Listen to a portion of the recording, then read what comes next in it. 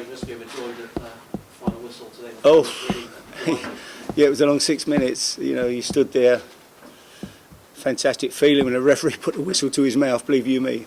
It was tense, you know, hanging in there really. They were launching, you know, they hitting us with the long ball, the big 6'6", whatever it is, centre forward on, and pushed the other Flint up front as well and just hit us with balls in the box, and we had to keep either winning the first ball or the second ball, and we kept getting their bodies in the way and dealing with it. They were fantastic, the lads, really. The goal came, a bit of fortune with the goal, but Shea stuck it well nicely. Shea, yeah. I mean, I think he's a young player with big potential, really. So pleased for him, pleased for everybody, really. You've done your job now. I mean, any indication of what your future at Birmingham? No, I've got no idea. I've never spoke to anybody at the club. You know, I wouldn't have a clue what's going on. I just got on with it. A couple of games. You know, I was lucky I brought Steve Cottrell in. He did a great job for me. Paul Groves, lads I've worked with before. They've been fantastic. And I think we've got the maximum out of players. You know, all 3 games. You know, we went to Villa and should never have lost. Played ever so well, I thought, with Villa. And then last week, 10 men for 70 minutes was an incredible result. You know, whatever people say about Huddersfield or making changes, you know, I'd much rather have played the team that played. I think he's probably gone back to his starting team today. I think they get beat again. Yeah, they look tired. I saw them at Wolverhampton. I was choked when he made changes. Choked because I thought they looked out on their feet at Wolves on the Tuesday night. So when the team come in with changes in it, someone's drinking Beijing in China. My God. It could be a lot of money if there's a job. Maybe there's a job going in China. I'm off to China. Yeah. Clearly, Harry, just watching your reaction at the finish, you've loved every minute of it. Oh yeah, Ralph. The buzz is fantastic, isn't it? When you get a result like today, and yeah, it's exciting, isn't it? You run down there like a 17-year-old. Well, I am really. I'm definitely. I mean, let's be honest. I might, I don't feel anywhere near like I'm a 70-year-old. So I still. Sorry, Harry. I know you said you haven't had contact, but you could see what it means to Birmingham fans. They were singing your name long after the final whistle.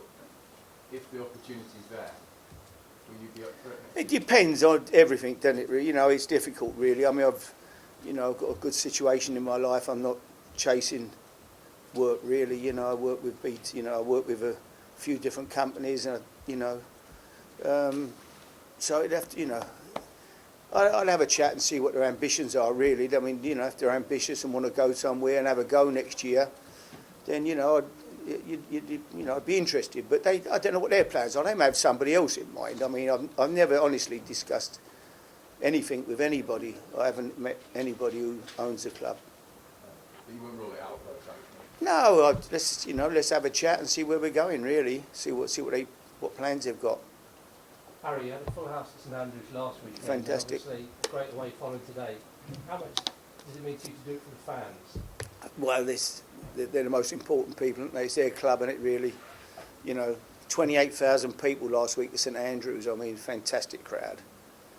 And I just say it, but it's what you would say. It's a proper football club. It's a real football club. I think Bristol City is another club with great potential. I've always said Bristol's an area that really needs a Premier League club, and Bristol City, you look at here now, look at this stadium and everything. And Birmingham's one of those clubs, but there's a lot of clubs that Blackburn have gone down today. They won a couple of years back they were winning the Premier League a few years ago, a good few years now under Kenny. But that's football. Notts Forest nearly went today. They've won 2 European Cups. There's a lot of big clubs in that championship now, and Birmingham are one of them. How proud of you this? Because you came in with just 3 games to go and you've won 2 of them. Yeah, we won 2, and as I say, I thought we were very unlucky at Villa. But the players have they've given absolutely everything, honestly. I mean, they couldn't have tried harder. It's not been about quality, or anything else. It's been about pure effort. And they have won their headers, they've won their tackles, they've run every inch they can run. And that's what they've done for 3 games. They've absolutely given everything. And they've been fantastic on the training ground, good lads to work with. So, it's been a good experience. Were you in a win of the scores? Yeah, oh yeah. Well, you could hear the crowd 2-0 to Blackburn, and you're going down, and then suddenly we scored. And then, you know, I always knew that Forest would win at home today. I could imagine the atmosphere there today. I couldn't see them getting beat by Ipswich. So, you know, I knew that we had to win ourselves. It was another result for us today. I know you've won 2 games. Mm. The club had won 2 in 24 before you got there. What's the one key thing that you had to do to make that much difference? I don't know, Ralph. It's difficult. You know, I'm a great fan of Zola's. You know, Frank, I think he's a fantastic guy. And so, you know, I don't know what the problems were. You know, but well, I don't know. They've found another yard from somewhere, and they've tried to make them confident and you know, believe in themselves. Tell them how good they are.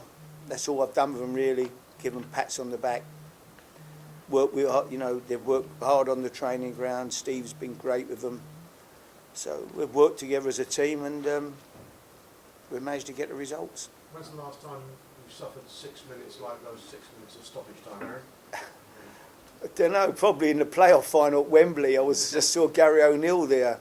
He came up to say well done, and I remember when Gary got sent off and we scored with about 6 minutes to go against Derby when I was at QPR, and hanging on for grim life with 10 men getting bombarded. It's very similar, you know. But we got there that day and we got there today, so. How are you about the result today? Because there's a suggestion that there could have been a couple of penalties given to Bristol City for a foul, a handball and a foul on. I couldn't say I saw. You know, I ain't saying. I mean, I'm not doing one of those managers who said, "Well, I didn't see it." I didn't see anything that would have been a penalty. To be honest, you know, if I look at the replays, mate, you may be right, but I didn't see anything where I thought, "Oh, it's a penalty." You know. Okay, there was one other thing. The BBC was reporting that the referee didn't play enough stoppage time. He's saying it was a minute under. Do you think that had any bearing? No, no. I think we should go out and play the extra minute. I think really. I think we should come back next Saturday. We're ready, and we'll have another minute with them. Okay, lads. Thank you.